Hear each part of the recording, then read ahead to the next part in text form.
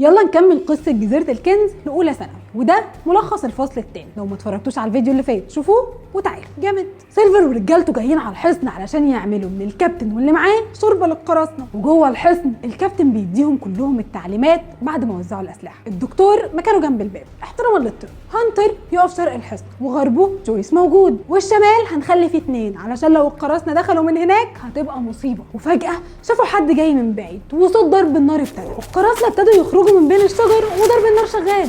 4 من القراصنه بيدخلوا السياج، وواحد منهم دخل الحصن، وفي 7 قراصنه بيضربوا نار من بين الشجر. الكابتن ورجالته بيدافعوا عن نفسهم وقتلوا ال4 قراصنه اللي دخلوا جوه السياج. العركه خلصت والواد جوجو الحمد لله طلع سليم، بس جويس وهانتر ماتوا والكابتن اتصاب. بس عشان هو بقى رجل العركه دي قال للدكتور ان كده القراصنه عددهم قل وهنعرف نكسبهم بسهوله، والطرفين كملوا استراحه المحارب ومحدش من القراصنه رجع اليوم ده. والجو هادي خالص والدنيا هص. الدكتور بياخد مسدسه وطاقيته والخريطه في ايده وبيخرج من الحصن. جوجو وجراي بيستغربوا يا ترى رايح فين السعادي، بس قالوا ان اكيد عنده خطه، يمكن راح يقابل بنجان ولا حاجه. ده كان عايز يعزمه على جبنه يا اخي. جوجو عشان عيل مش سالك بياخد مسدسه وبيخرج من الحصن.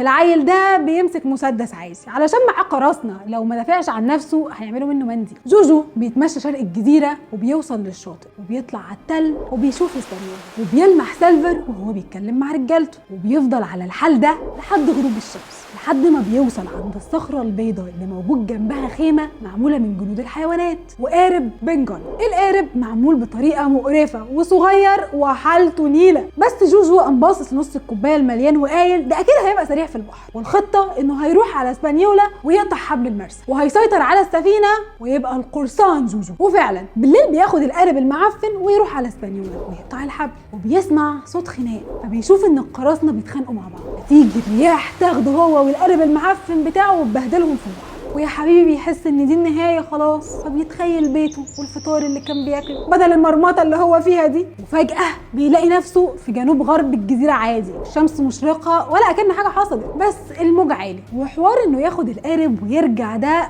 فاكس على الاخر، بس بياخد القارب وبيروح مكان اسمه راس الغابه افتكروا على الخريطه كان مليان اشجار كتيره، وبينام في القارب وبيسلم نفسه لله وللرياح توديه زي ما هي عايزه. السؤال بقى، هل الواد جوجو هيبقى قرصان بجد ولا يروح لامه وينظف الفندق عادي؟